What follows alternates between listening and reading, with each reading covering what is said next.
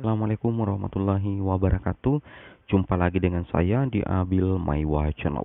Jadi teman-teman, channel ini merupakan channel pendidikan tempat kita berbagi tentang aplikasi pendidikan, Microsoft Office, serta tips dan trik komputer.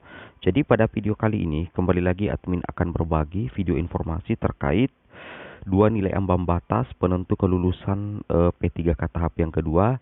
Dan yang kedua yaitu adalah bahwasanya hasil pekerjaan teman-teman nantinya di seleksi ujian P3K tahap yang kedua itu skor kelulusan teman-teman langsung teman-teman bisa ketahui. Jadi ketika teman-teman selesai ujian P3K tahap kedua, teman-teman sudah bisa mengira-kira peluang lolos teman-teman menjadi guru ASN P3K di tahap yang kedua.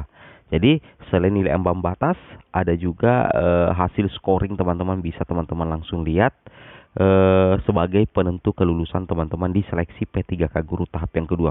Oke, baik teman-teman, kita langsung saja ke informasi resminya.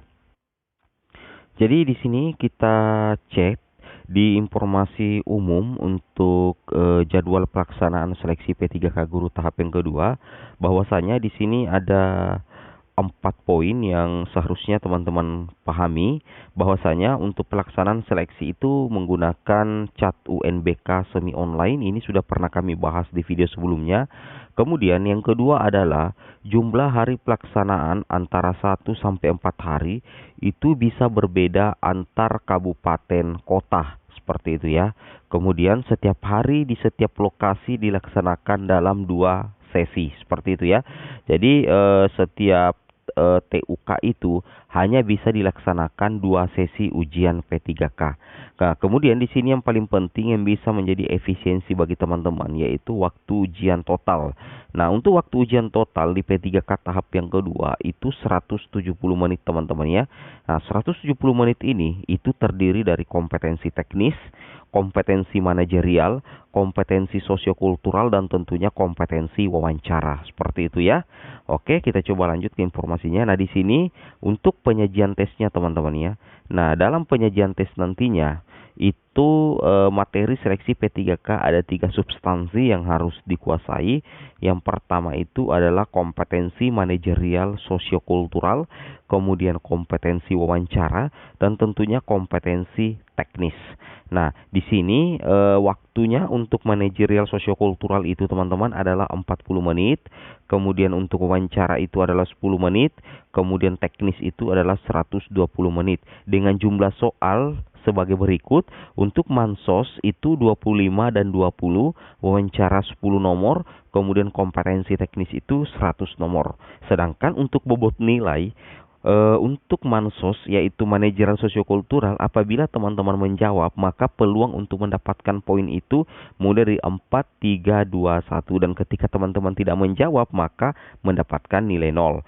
Sedangkan untuk wawancara jika menjawab pertanyaan maka berpeluang mendapatkan bobot nilai 4, 3, 2, 1 atau bernilai 4, 3, 2, dan 1, dan apabila teman-teman tidak menjawab maka teman-teman mendapatkan nilai 0.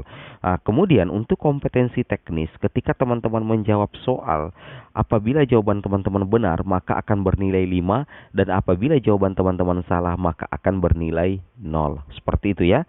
Nah, kemudian untuk nilai maksimal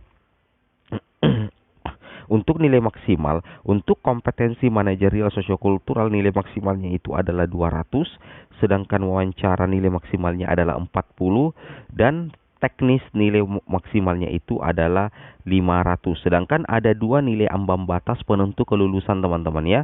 Nilai ambang batas untuk manajerial sosiokultural yaitu nilai ambang batasnya adalah 130, sedangkan wawancara itu nilai ambang batasnya yang tepat untuk semua jabatan adalah 24. Sedangkan kemudian untuk kompetensi teknis, kenapa nilai ambang batasnya justru bintang? Karena untuk kompetensi teknis setiap jabatan guru itu berbeda nilai teknisnya. Ya, misalkan guru kelas SD dengan guru penjaskes itu berbeda passing grade untuk kompetensi teknisnya teman-teman. Makanya itu nanti ada lampirannya. Lampirannya teman-teman bisa lihat di Permenpan RB nomor 1127 tahun 2021 dan tentunya Permenpan RB nomor 1169 tahun 2021. Seperti itu ya. Oke, jadi dua nilai ambang batas utama untuk semua jabatan guru yaitu Mansos 130 dan Wawancara 24. Seperti itu. Nah, kemudian jadwal pelaksanaan. Jadi perlu teman-teman memahami bahwasanya untuk jadwal pelaksanaan itu tidak akan ada simulasi. Nah, kemudian nanti hari Senin 6 Desember 2021 akan dilakukan sinkronisasi data untuk ujian. Kemudian dimulai pukul 10 waktu Indonesia Barat itu sesuai dengan jadwal. Kemudian Selasa sampai Jumat 10 November 2021 pelaksanaan seleksi sesuai jadwal. Seperti itu teman-teman ya. Kemudian kita pindah lagi di sesi ujiannya. Nah, teman-teman wajib memahami bahwasanya di sesi ujian nanti ini ada beberapa hal yang harus teman-teman pahami. Bahwasanya di sesi ujian dalam satu TUK itu hanya terdiri dua sesi. Yang pertama, sesi pertama dan sesi kedua. Nah, 15 menit pertama itu ada tahap persiapan. Nah, mulai dari peserta hadir di lokasi ujian, pemeriksaan suhu tubuh, pemeriksaan dokumen COVID, memasuki ruang tunggu, registrasi, kemudian penjelasan identitas, penjelasan penitipan tas, body checking, peserta memasuki ruang ujian, penandatangan daftar, pembagian kartu login, dan pembacaan tata tertib. Nah, untuk pelaksanaan tes itu, persiapannya itu mulai dari manajerial sosiokultural, wawancara, dan kompetensi teknis. Seperti itu teman-teman ya. Oke. Kemudian khusus untuk peserta disabilitas sensori netra, moda ujian menggunakan aplikasi Chat UNBK Exam Browser khusus, bukan dibacakan ya, seperti itu. Jadi menggunakan exam proses khusus, bukan dibacakan, seperti itu. Nah, lama mengerjakan soal 220 menit dengan perincian, manajerial dan sosiokultural 55 menit, kemudian wawancara 15 menit, kompetensi teknis 150 menit. Lokasi ujian harus menyediakan klien dengan dilengkapi headset yang berfungsi dengan baik. Peserta disabilitas lainnya selain netra sama dengan peserta umum. Jadi kalau untuk disabilitas sensori netra itu menggunakan aplikasi Chat UNBK Exam Browser khusus, bukan dibacakan, seperti itu ya. Nah, khusus teman-teman sebagai peserta P3K itu perlu juga untuk mengetahui aplikasi untuk Chat UNBK. Untuk menambah pengetahuan bahwasanya untuk aplikasi Chat UNBK itu menggunakan VHD, VHD baru khusus tahap kedua. Jadi khusus untuk database. Jadi VHD ini semacam database data teman-teman ya. Ketika teman-teman sudah menyelesaikan pekerjaan tes, maka semua data peserta P3K beserta pekerjaan tes P3K itu akan terinput secara otomatis di VHD. Nah, jadi VHD ini adalah virtual hard disk ya. Ini semacam backup data hasil ujian tes P3K tahap yang kedua. Nah, di sini nantinya VHD atau backup data yang digunakan itu yang baru teman-teman ya, bukan VHD tahap 1.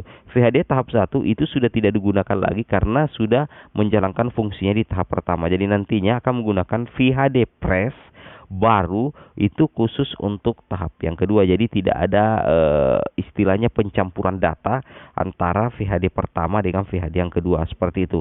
Kemudian nantinya link tempat download VHD akan disampaikan ke tim teknis provinsi. Kemudian peserta ujian langsung dapat melihat skor ujian begitu selesai ujian di layar monitor peserta.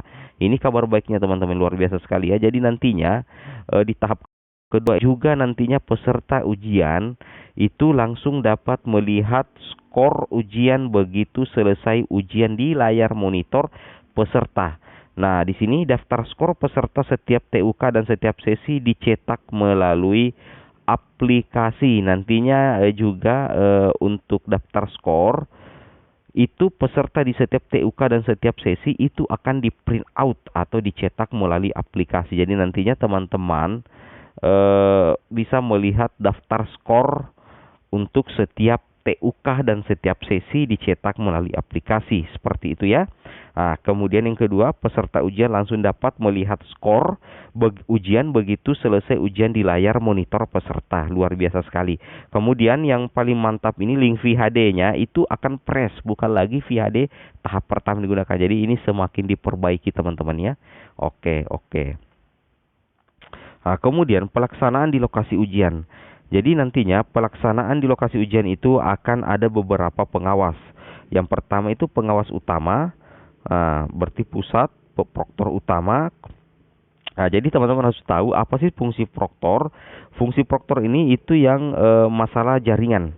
Dia yang akan proktor inilah yang nantinya akan memperbaiki atau men-setting laptop atau komputer klien. Seperti itu ya, atau peserta P3K. Kemudian ada penanggung jawab lokasi ujian, kemudian ada pengawas ruangan, kemudian nantinya ada lagi proktor, kemudian ada juga teknisi yang bersama dengan proktor utama. Kemudian ada tim pendukung yang melaksanakan tugas administrasi, kemudian keamanan dan tentunya kesehatan. Seperti itu ya. Oke. Oke, seperti itu. Oke teman-teman, mungkin cukup sampai di sini videonya. Semoga video ini bermanfaat. Wabillahi taufik wal hidayat. Assalamualaikum warahmatullahi wabarakatuh.